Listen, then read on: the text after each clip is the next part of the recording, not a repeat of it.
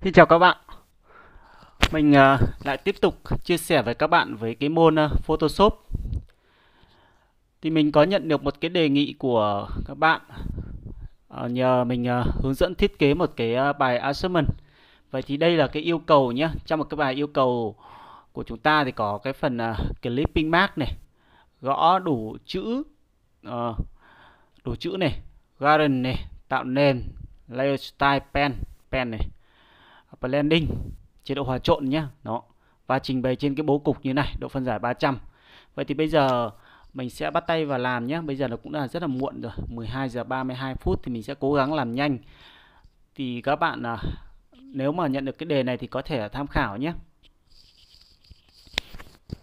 Trong cái quá trình mà mình làm cái bài này thì có thể cái phần tay mình không cầm mic được, cho nên là cái tiếng thu âm nó sẽ bị nhỏ. Thì các bạn bật cái loa to hơn một chút để các bạn nghe nhé. Vậy thì đây là cái file của mình, cái file Photoshop đúng không ạ? Các bạn sẽ vào file, các bạn tạo ra một cái page mới bằng cách là vào file new đúng không ạ? Sau đó thì làm sao? Chúng ta xem cái yêu cầu nào. 1920 608 1920. Đây mình sẽ ghi ở banner nhá. Và đây thì các bạn để ý này, chúng ta sẽ quy chuẩn nó về pixel này. Pixel này. Mình sẽ gõ vào đây là 1920 nhá, 1920. Rồi, mình sẽ gõ vào đây là 608 này, 608 và độ phân giải 300. Nhấn OK này. Vậy là các bạn đã được một điểm rồi đúng không? Các bạn đã được một điểm. Rồi thì đây là cái màn hình nhá, đây là cái màn hình của các bạn này, cái banner nó sẽ y hệt như này. Vậy thì đầu tiên của chúng ta có một cái tai nghe đây thì cái bài của mình nó sẽ khác với cái bài của bạn. Ở đây mình không có cái tai nghe mẫu này, không có cái tai nghe mẫu này, mình sẽ lấy một cái tai nghe khác đi, ví dụ tai nghe này đúng không ạ? Thì cái tai nghe này mình kích phải vào nó, mình kích phải nó này, mình chọn Open with, mình chọn Open with nha, mình chọn nó Photoshop. Rồi cái tai nghe này thì nó đã tách sẵn rồi, Ctrl A, Ctrl C này, và bấm vào đây ta Ctrl V tôi được một cái hình. Và đi xem cái đầu bài này, ở đây chúng ta cần clipping mark này đúng không ạ? Vậy thì các bạn có thể làm thêm một cái chế độ này nữa, bật cái phần layer này lên, các bạn kích phải ở màn hình, ta chọn chế độ Convert Smart Object nhé, Convert Smart Object. Thì đây là cái chế độ nó làm cho sao cho các bạn co kéo cái ảnh nó không bị vỡ và nó vẫn giữ được nét, đúng không ạ? Vậy thì cái phần này các bạn đã có thêm điểm rồi đúng không ạ? Rồi, bây giờ mình sẽ đấy nhá, cái hình nó đang to, chúng ta nhấn Ctrl T nhá, nhấn Ctrl T ra thạch kéo lại để cho nó nhỏ lại. Vậy thì các bạn để ý này, trong cái nền này nó đang yêu cầu xem nhỉ, nền màu đen thì phải, nền màu đen. Thì chúng ta bấm vào cái ô màu này nhé, bấm vào cái ô màu này này. Bây giờ này, các bạn đổi màu một cách là bấm vào cái ô màu này ạ, đúng không ạ? Thì nó sẽ bật lên cái bảng Color Picker này, cái bảng Color Picker này, và chúng ta chọn một cái màu đen bất kỳ, nhấn OK nhá, nhấn OK này. Rồi, ta nhấn OK thì các bạn để ý này, để ý bài mẫu nhá, đây để ý bài mẫu này. Nó sẽ được một cái nền màu đen, nó có một cái nền màu đen và lăng đỏ này. Thì ở đây các bạn có thể làm theo mẫu, có thể làm không làm theo mẫu này cũng được, đúng không ạ? Vậy thì bây giờ mình đang đưa cái vật liệu vào. Bạn ấy đang bảo yêu cầu là cái vật liệu nó như thế này, đúng không ạ? Vậy thì mình kéo cái file vật liệu này vào trong Photoshop của mình. Đây ạ. Rồi, mình đã được cái hình nền này đúng không ạ? Vậy thì để ý thêm này, các bạn để ý thêm nhá, để ý thêm cái bài mẫu của người ta nhá. Nào, ở đây chúng ta lưu ý là nó có cái phần hòa trộn nền này, hòa trộn nền này. Vậy thì bây giờ cái hòa trộn nền này thì chúng ta chọn cái hình đây nhá. Đây là lớp background, mình sẽ ghi là nền này. Rồi, mình sẽ kích đúp vào đó. Kích đúp vào nó nhé, xin lỗi các bạn, kích đúp vào nó này. Mình sẽ ghi nền cho nó dễ. Và bây giờ mình sẽ để các chế độ hòa trộn này. Đó, cái chế độ hòa trộn này thì có vẻ giống hơn này đây rồi. Đây, cái này khá là giống. Enter. Vậy là chúng ta đang sử dụng cái này, hoặc là chúng ta sẽ dùng overlay đi. Vậy. Tiếp theo làm sao nhỉ? Cái tai nghe này nó nửa đen nửa đỏ, nửa đen nửa đỏ. Với cái góc độ của mình ý, thì mình sẽ không làm cái kiểu này. Mình sẽ tạo thêm một layer nữa. Tạo thêm một layer nữa và mình đổ nó màu đỏ. Rồi ạ. Nhấn Delete đúng không ạ? Xin lỗi các bạn, nhấn Ctrl Delete để tạo ra màu đỏ đúng không ạ? Và bây giờ mình sẽ làm sao nhỉ? Các bạn để ý này. trên cái phần layer 2 này nhá, mình sẽ bấm xuống cái ô này này, cái ô này là cái ô tạo lớp mặt nạ.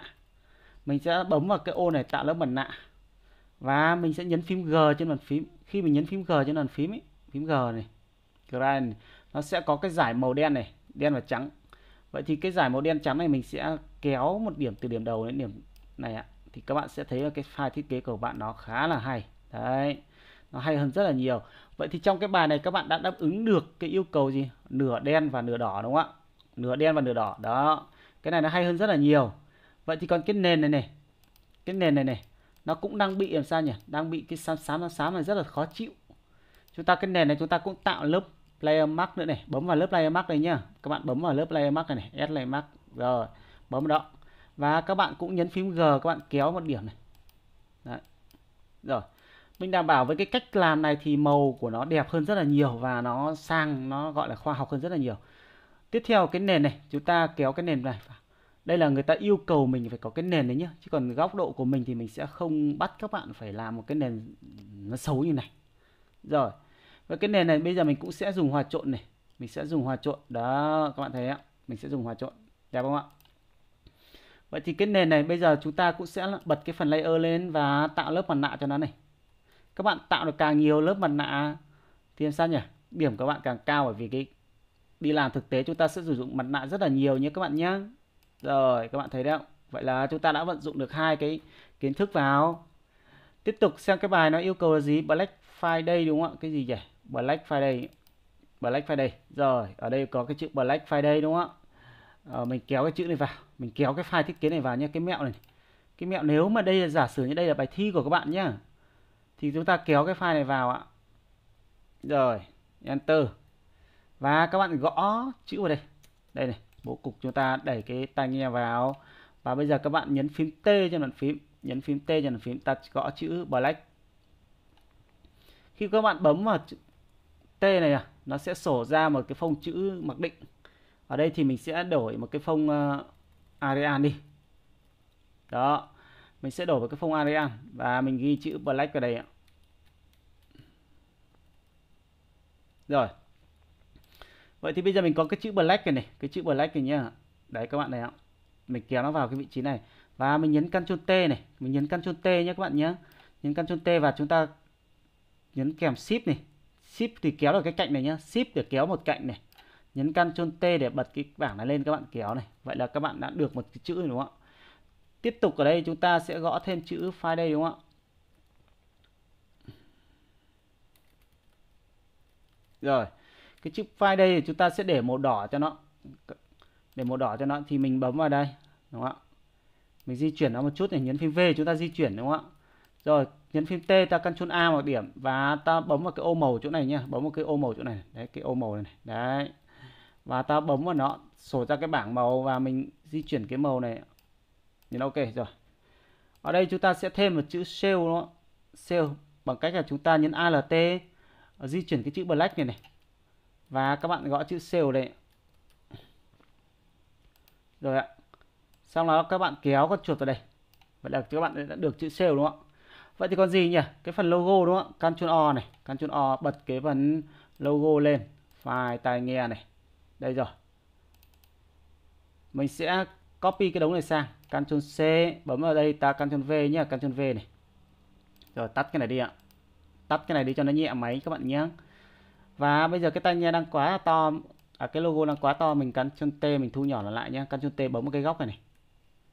Và bây giờ các bạn sẽ tẩy nền nó đi. Tẩy nền nó đi ạ. Bấm vào lệnh Magic Wand nhá.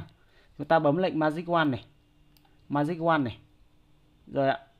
Bấm vào lệnh Magic Wand nhé. Xin lỗi các bạn. Ta sẽ bấm vào cái màu trắng này này.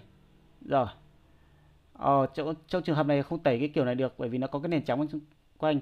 Lúc này thì ta nhấn phím M đúng không ạ? Phím M của mình nó đang hình vuông này. Phím M đang hình vuông này.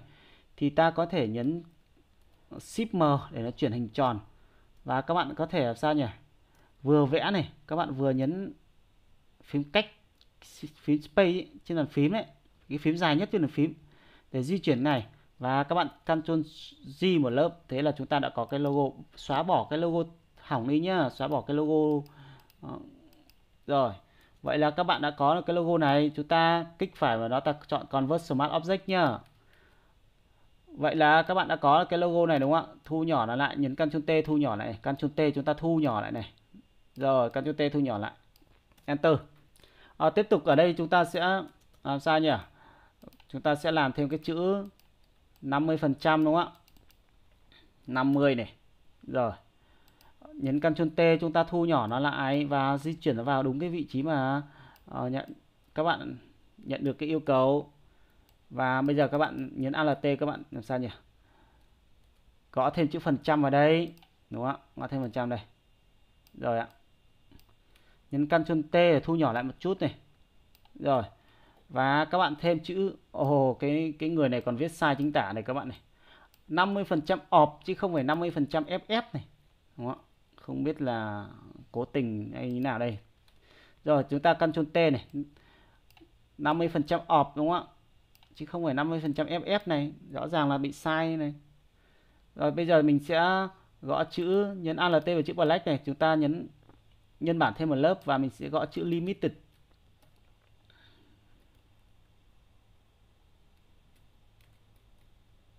And offer đúng không ạ? Rồi. Cái chữ này đang rất là to.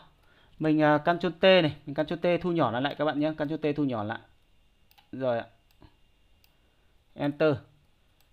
Vậy là chúng ta đây là di chuyển vào đúng cái vị trí mà yêu cầu ạ. Đây là coi như là cái bài thi nhé, coi như bài thi thì chúng ta sẽ làm như thế đúng không ạ? Coi như bài thi chúng ta sẽ làm như thế. Vậy thì còn một cái hình này ạ, còn cái hình này mình sẽ làm sao nhỉ? Tạo thêm một cái lớp, nhấn phím M, nhấn vào dấu cộng tạo thêm layer nhé, nhấn phím M chúng ta làm sao nhỉ? Vẽ một cái hình chữ nhật như này. Rồi. Và chúng ta nhấn Ctrl Delete để đổ màu đỏ đúng không? Xem nào ở đây nó ghi cái gì? Còn tách ở, nhấn Alt chúng ta di chuyển cái này ạ. Và kích đúp vào nó, ta sẽ ghi. Rồi. Vậy là bây giờ chúng ta đã có cái hình này và đẩy cái cụm chữ này vào ạ. Cái cụm chữ này nó đang bị che vì chúng ta cầm làm sao nhỉ? Kéo nó lên trên cùng, hoặc các bạn dùng phím tab từ Ctrl Shift đóng mở ngoặc vuông. Cái chữ này đang hơi to đúng không? Các bạn có thể chọn phông chữ mảnh hơn, đúng không ạ? Chọn phông chữ mảnh hơn nhé. Rồi. Tiếp tục chúng ta còn một cái việc gì nữa này, mấy cái chữ lằng ngoằng bên này. Mấy cái chữ lằng ngoằng bên này thì các bạn có thể đẩy copy cái chỗ này sang ạ. Để lấy luôn cái phông chữ mà, đúng không ạ? Bây giờ mình sẽ ghi là gì nhỉ? Mình sẽ ghi cái số điện thoại của mình nhá. Để các bạn có thể add Zalo này 0987521466.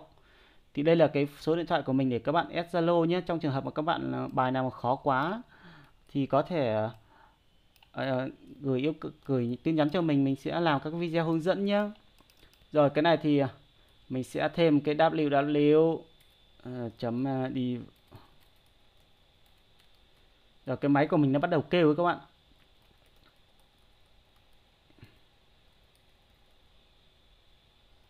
Đó.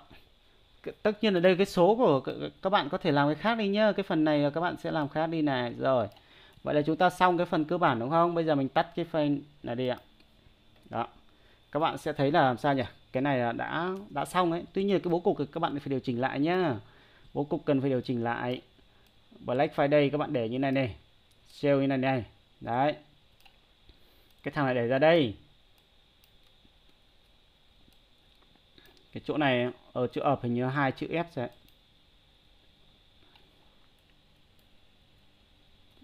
Rồi. Đó.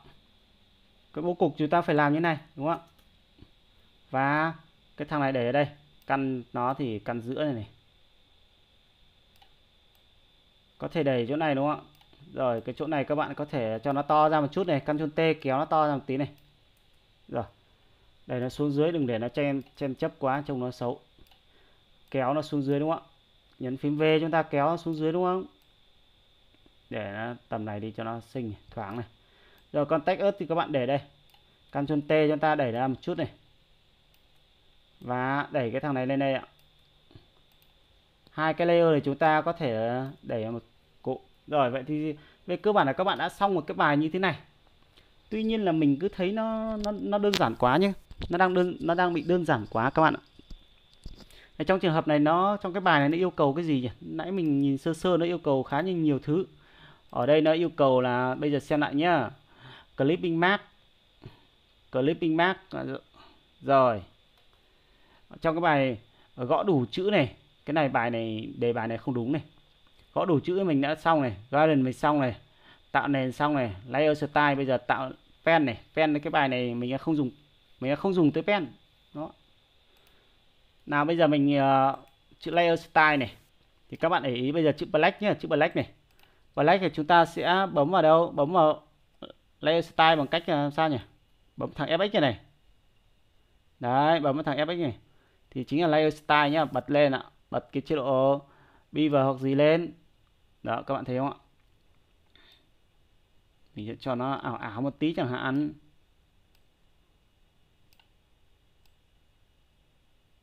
Đó, ví dụ thế. Trông nó khác chưa? Rồi. Đấy. Thì trông nó bắt đầu khác hơn rồi nha các bạn. Vậy chữ file đây mình cũng làm tương tự. Bây giờ cái chữ black này được rồi này, kích phải vào nó này. Các bạn copy nhé, copy layer style này. Xong cái chữ file đây này. Các bạn mà kích phải vào nó, các bạn paste layer style. Các bạn thấy không ạ? Ồ, chuyện này không ổn, thôi cứ để kệ đấy. Vậy thì bây giờ chữ file đây các bạn có thể để kích phải nó, ta để chế độ shadow này. Và các bạn bấm vào để màu đen này. Nhấn OK. Rồi ạ. Vậy thì các bạn đã xong một cái bài như này đúng không ạ? Xong cái bài như này này. Cái chỗ này mình góc độ của mình điều chỉnh một chút này, để này nó hợp lý hơn này. Đấy. Rồi. Và cái chỗ này mình đẩy nó ra đây một tí. Đẩy ra đây một tí đấy. Black Friday sale ví dụ này đi. Này nó hay hơn rất là nhiều. Vậy thì đây là cái bài mà mình hướng dẫn cho các bạn. Tất nhiên là nó không giống, bởi vì cái bài này này. Cái bài này nói thật cái vùng này này, nói thật với các bạn cái vùng này nó đang rất là xấu, cái đường nét này nó đang xấu, cho nên mình tạo cái phần này khác đi. Với thứ hai là cái tai nghe này mình không có thì các bạn có thể tạo cái tai nghe, nó lấy cái tai nghe khác vào. Còn cái bố cục chỗ này mình góc độ của mình cảm thấy nó không ổn, căn lề không ổn, đúng không ạ? Thì các bạn có thể nếu mà làm theo mẫu thì có thể làm y hệt như này, có thể làm y hệt như này cũng được, đúng không ạ? Có thể làm y hệt như này, hoặc là các bạn có thể sáng tạo hơn thì tùy các bạn. Các bạn ví dụ trong trường hợp này các bạn sáng tạo hơn thì ở đây đâu nhỉ? Có một cái tai nghe màu trắng. Ồ, mình không đa vậy rồi. Vậy trong trường hợp mình sáng tạo hơn nhá, kéo cái này vào ạ. Rồi ạ. Vậy bây giờ mình sẽ để ở chỗ này ạ. Enter nhá. Vậy các bạn để ý này. Bây giờ mình sẽ dùng cái hình này, mình tạo ra tóe sáng này. Multi không nổi. Đây rồi. Không, cái hình này không đẹp. Xóa đi. Mình sẽ lấy cái hình khác nhá, tạo cái hiệu ứng khác. Đây ví dụ như là lấy cái hình này kéo nó vào đây. Rồi. Kéo lên trên nhá, cho nó vào đây. Và bây giờ mình sẽ dùng hòa trộn này. Multi overlay screen nhá. Hoặc color dark screen này. Hoặc multi. Thử xem cái nào. Cái này mình cũng không ưng. Xóa đi, cái đấy mình không ưng, xóa đi nhá. Xem là nãy mình có paste vào một số cái mà nhỉ, paste một số cái. Thì các bạn có thể làm thêm cho nó đẹp thêm đúng không? Các bạn có thể làm thêm. Bây giờ mình vào đây mình sẽ chọn cái texture nhá. Hoặc các bạn có thể lên mạng search cái từ texture này này. Thì trong trường hợp này mình sẽ tìm một vài cái line. Đây, kéo thằng này vào. Enter và mình sẽ dùng screen hòa trộn cho nó. Đấy, các bạn thấy không? Thì trông nó sẽ khác hơn rất là nhiều. Rồi, vậy thì cái này mình sẽ cho nó mảnh một tí. Enter. Đấy, các bạn thấy không ạ? Rồi, vậy thì cái bài này mình sẽ tạm dừng tại đây nhé. Mình sẽ tạm dừng tại đây và mình up lên YouTube này. Thì các bạn xem thì các bạn cái phần nào mà chưa hiểu thì các bạn comment vào, và nhớ comment cái thời gian nhé. Nhớ comment cái thời gian, có nghĩa là cái giây thứ bao nhiêu, cái phút thứ bao nhiêu nhé. Đó. Vậy thì trong cái quá trình mà các bạn làm thì các bài nào khó thì các bạn gửi tin nhắn cho mình thì mình sẽ làm các bài hướng dẫn cho các bạn. Vậy thì chúc các bạn thành công, và một lần nữa mình nhờ các bạn bấm theo dõi giúp mình nhé. Rồi, xin chào và hẹn gặp lại các bạn.